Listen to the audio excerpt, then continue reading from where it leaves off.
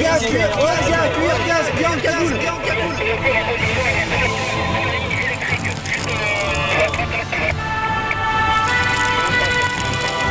C'est marrant le dossier, tout va bien? Vous êtes inaudible.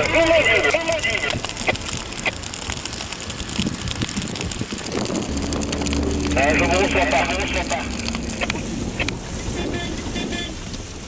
Allez, oh, les gars, Allez, lâchez tout, on se casse. Allez, on se casse. lâchez tout, tu tiendras jamais. Allez, on se casse. Comment il est payé de 120.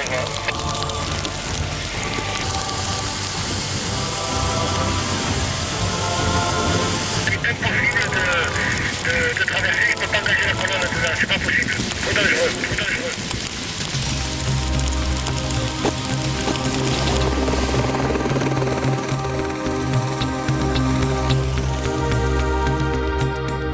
L'incendie de forêt est un risque naturel. Chaque été, notre région est touchée. Il nous faut apprendre à vivre avec le feu. Sachant qu'il est impossible de placer un camion de sapeurs-pompiers auprès de chaque habitation et que les grands feux catastrophes reviennent de façon cyclique, chacun doit pouvoir organiser de manière efficace son autoprotection.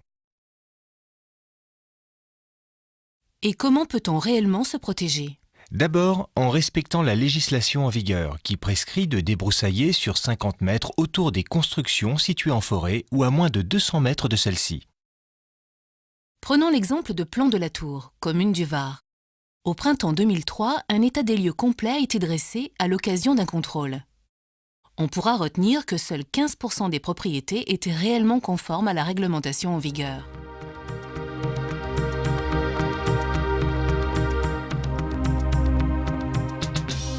En juillet 2003, un terrible incendie a balayé la moitié de la commune. Cela a permis de tirer des enseignements significatifs. Le débroussaillement correctement pratiqué sur 50 mètres autour des habitations s'est montré d'une efficacité incontestable. C'est la base d'une bonne protection. En effet, 60% des maisons qui ne possédaient que 20 mètres de débroussaillement ont été endommagées, voire totalement détruites par l'incendie. Alors que 90% des maisons débroussaillées sur 50 mètres n'ont pas été touchées.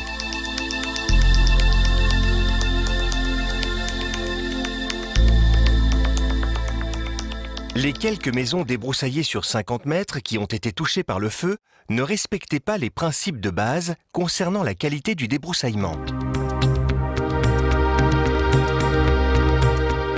Un bon débroussaillement doit limiter le passage du feu d'un végétal à l'autre. Pour cela, il doit créer une discontinuité de la végétation, à la fois horizontalement, pour que le feu ne puisse pas avancer, et verticalement, pour que le feu ne puisse pas se propager des herbes aux arbustes, puis aux arbres. Cela nécessite l'élagage des arbres. Il faut également mettre à distance les arbres et les arbustes. Et supprimer les arbustes situés sous les arbres. Débroussailler ne signifie donc pas enlever uniquement la broussaille, mais couper certains arbres et arbustes si leur proximité peut permettre le passage du feu. Il ne suffit donc pas de respecter le périmètre de débroussaillement, il faut aussi s'attacher à réaliser un débroussaillement de qualité. De plus, d'autres facteurs locaux entrent en ligne de compte, comme la topographie des lieux qui peut augmenter la puissance du feu. En effet, le relief peut modifier à la fois la direction du vent, sa vitesse et son type d'écoulement. Sur cette photographie, le sens principal du vent est modifié à l'amorce d'un vallon très encaissé. Dans le vallon, le vent prend de la force. L'ensemble provoque en haut du vallon ce que l'on appelle l'effet cheminée. La maison située au débouché du vallon est donc particulièrement exposée. Malgré un rayon de débroussaillement initial de 45 mètres, elle fut touchée intérieurement. Il arrive donc, dans certaines configurations désavantageuses, qu'un débroussaillement sur 50 mètres soit insuffisant. Le maire peut alors imposer un rayon de débroussaillement de 100 mètres. Le débroussaillement facilite et sécurise également l'intervention des sapeurs-pompiers qui viennent pour vous protéger. Un particulier peut être à l'origine d'un départ de feu. Le débroussaillement permet alors de limiter la propagation de l'incendie naissant et facilite une intervention immédiate avant que l'incendie ne gagne la forêt. D'autres retours d'expérience, réalisés après d'importants incendies qui ont touché les départements des Alpes de Haute-Provence et les Alpes-Maritimes, ont eux aussi prouvé l'efficacité du débroussaillement face au feu. L'analyse des incendies qui se sont déroulés dans les Pyrénées-Orientales a confirmé la fragilité des constructions face au feu en l'absence de débroussaillement. Si le débroussaillement reste l'action préalable indispensable pour l'autoprotection, il ne faut pas négliger d'autres mesures qui peuvent compléter la protection qu'il apporte. Nous citerons par exemple la présence et les moyens d'utiliser des points d'eau, ou bien le choix judicieux des matériaux de construction. Le mieux est encore de laisser parler l'expérience. Dans un premier temps, mon fils prenait des photos en haut. Il est descendu à toute vitesse et il nous a dit « Prenez les voitures et fichez le camp ». J'ai cru sur le coup qu'il plaisantait. Et j'avais mes enfants, mes petits-enfants, j'ai mis le tout dans la voiture et je suis partie. C'est le premier feu que j'ai vu et je vous assure que ça m'a fait un drôle d'effet. C'est au moment de l'incendie que vraiment je me suis rendu compte de l'importance du débroussaillement. On n'en croyait pas nos yeux, hein. Tout était vert, tout était... Mon mari avait ratissé intégralement tout le terrain. 2 hectares, vous vous rendez compte? Et là, moi, je me moquais de lui, mais comment que tu fais une petite feuille comme ça, tu la laisses pas? Et mes enfants se moquaient de lui. Et bien là, je l'ai béni ce jour-là. Dans ce que dit cette dame, il y a du très bon et du moins bon. La propriété était parfaitement conforme à la réglementation, respectant la zone des 50 mètres et les règles techniques de débroussaillement. Le feu n'a eu aucun impact tant sur la végétation que sur la maison.